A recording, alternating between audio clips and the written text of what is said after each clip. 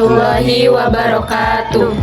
Kami dari kelompok 5 di sini kami akan membahas mengenai partai politik untuk memenuhi tugas mata kuliah teori akuntansi.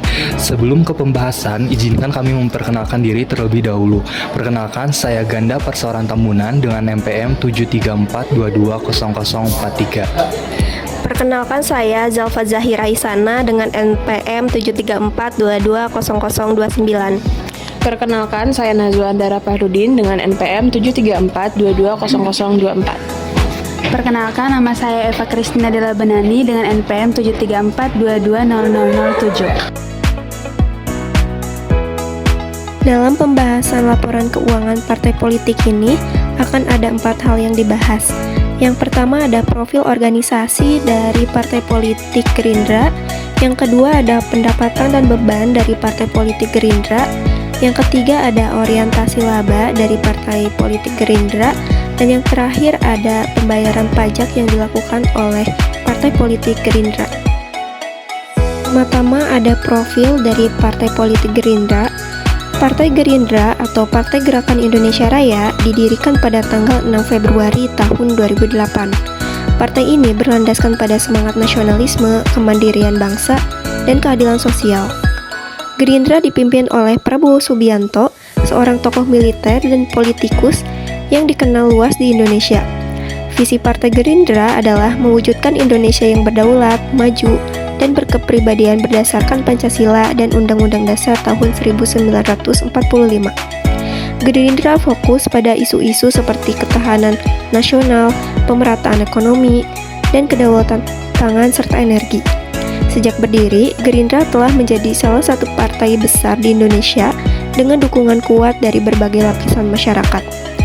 Dengan jumlah anggota kurang lebih sebesar 15 juta anggota. Alamat kantor pusat Gerindra berada di Jalan Harsono RM nomor 54, Ragunan, Pasar Minggu, Jakarta Selatan.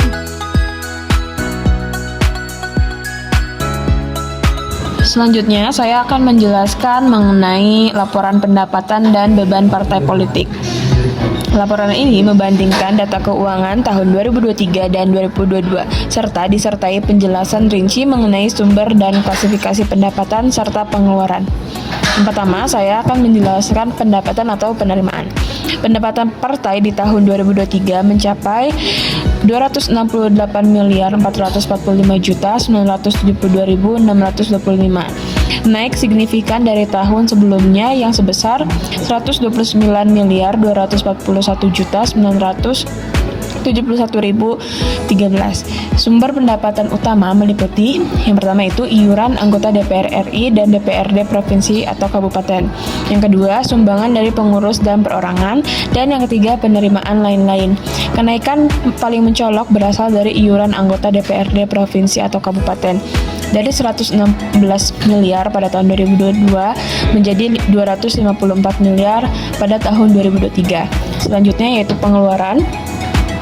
Total beban pengeluaran partai di tahun 2023 adalah sebesar 185.212.293.388, meningkat dibandingkan 2022 yang sebesar 121.354.736.304. Komponen utama pengeluaran mencakup yang pertama, beban kegiatan DPP sebesar 2,1 miliar, yang kedua, beban program bidang sebesar 707 juta, yang ketiga, beban kegiatan saya partai sebesar 1,7 miliar, dan yang keempat, beban kampanye sebesar 30,4 miliar, dan yang terakhir, beban publikasi, umum, administrasi, dan sosial. Pengeluaran terbesar berada pada beban kampanye yang mencapai 30,4 miliar, menunjukkan fokus kegiatan politik yang intens sepanjang tahun. Yang ketiga, surplus atau defisit. Tahun 2023 mencapai surplus sebesar 83.633.267, jauh lebih tinggi dibandingkan tahun 2022 yang hanya sebesar 7.880.634.309. Yang terakhir yaitu klasifikasi pendapatan dan beban. Yang bisa kalian lihat di sisi kanan gambar dijelaskan bahwa pendapatan partai diklasifikasikan berdasarkan yang pertama dana APBN, yang kedua iuran anggota partai politik, dan yang ketiga sumbangan dari anggota, pengurus maupun pihak ketiga. Pengeluaran partai dirinci lagi seperti beban kegiatan DPP merupakan termasuk Rakernas dan Rapat Pimpinan Nasional. Adapun beban program bidang melibatkan program kesehatan, pendidikan, serta bidang hukum dan keamanan. Dan yang terakhir beban saya partai seperti kegiatan dari Gerakan Kristen Indonesia Raya dan Saya Perempuan. Baik, selanjutnya, apakah Partai Gerindra berorientasi pada laba? Secara hukum, tujuan partai dan ISAK 35, partai politik atau Partai Gerindra tidak berorientasi pada laba.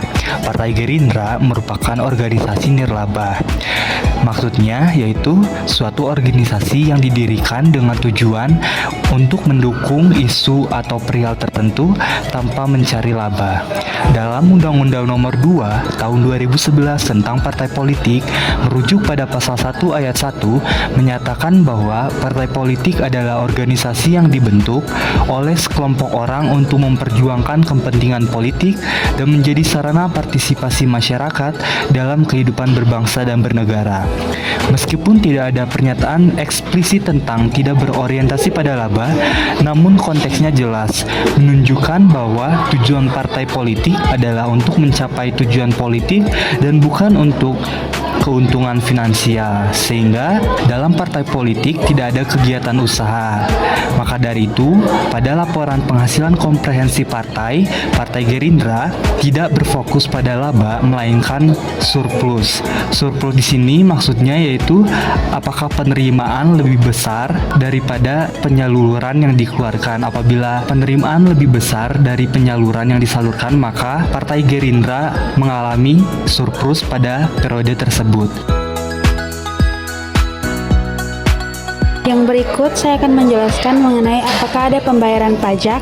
Jawabannya adalah ya, terdapat pembayaran pajak orang pribadi yaitu PPh pasal 21 atau pajak penghasilan karyawan atau pengurus sebesar Rp244.416.443 pada tahun 2023. PPh pasal 21 biasanya dicatat dalam laporan keuangan sebagai bagian dari beban umum dan administrasi. Sedangkan pajak badan atau PPh badan tidak dibayarkan partai karena partai merupakan organisasi nirlaba, bukan entitas bisnis yang fokusnya untuk menghasilkan laba. Sekian video penjelasan mengenai laporan keuangan Partai Politik Gerindra. Semoga video ini menambah wawasan mengenai laporan keuangan Partai Politik Gerindra. Terima kasih. Wassalamualaikum warahmatullahi wabarakatuh.